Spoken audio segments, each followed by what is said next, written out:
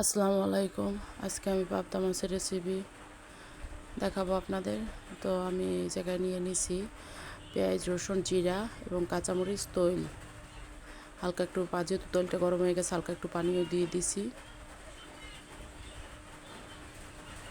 এরপর হলুদ দিয়ে দিছি পরিমাণ মতো।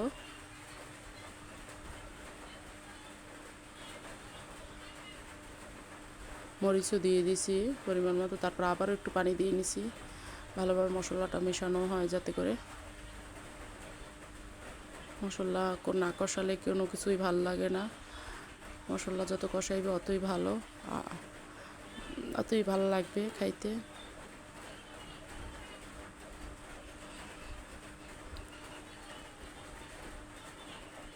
এরপর আমি যেহেতু পাবদা মাছ আলু দিয়ে রান্না করব,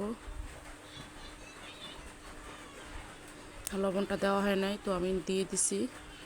যেহেতু পাবদা মাছ আলু দিয়ে রান্না করবো, তাহলে তো করতেই হবে, আলুটা আগে কষিয়ে নিতে হবে। আলুটা আমি দিয়ে দিছি। আলুটা আমি স্লাইস করে আগেই কেটে নিয়েছিলাম।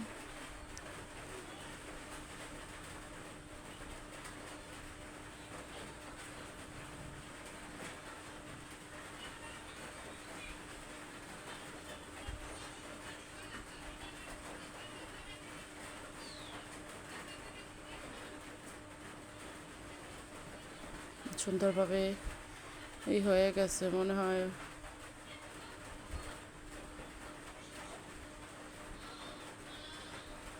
আলুগুলো আদা সিদ্ধ হয়ে গেছে। এরপর আমি মাছগুলো দিয়ে দিছি, পাবদা মাছগুলো আলুর উপরে।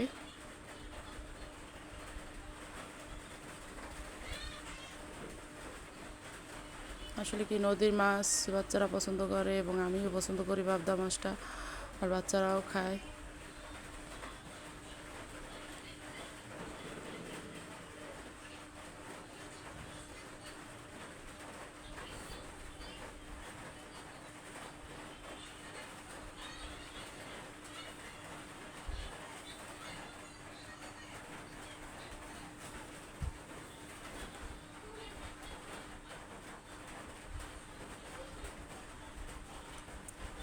ঝোলগুলো সব মাছের গায়ে আমি লাগিয়ে দিতেছি যাতে মশলাটা ভালোভাবে লাগে।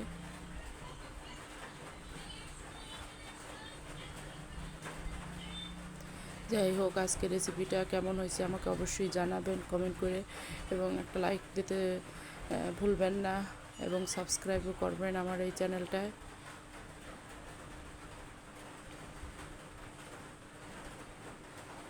আমি পারবো যে এই অসুস্থতার মধ্যে করতে, ভিডিও দিতে আমি চিন্তাও করতে পারি না। তাই আল্লাহর অশেষ রহমত। যাই হোক, সব কিছুর জন্য আবার বলতে আছি আলহামদুলিল্লাহ।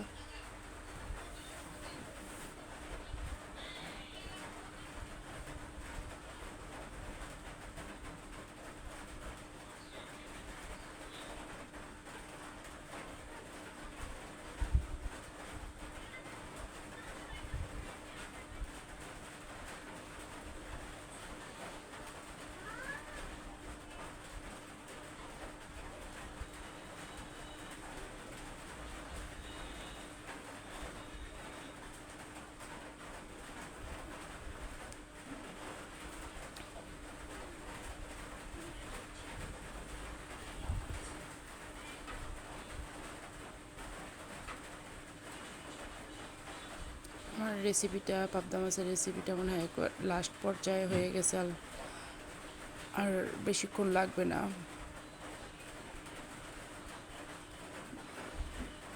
যদি ভুল ত্রুটি হয়, কারণ আমার স্বাস্থ্যটা অতটা ভালো না, জ্বর গায়ে, তো যদি ভুল ত্রুটি, আল্লাহ হাফেজ।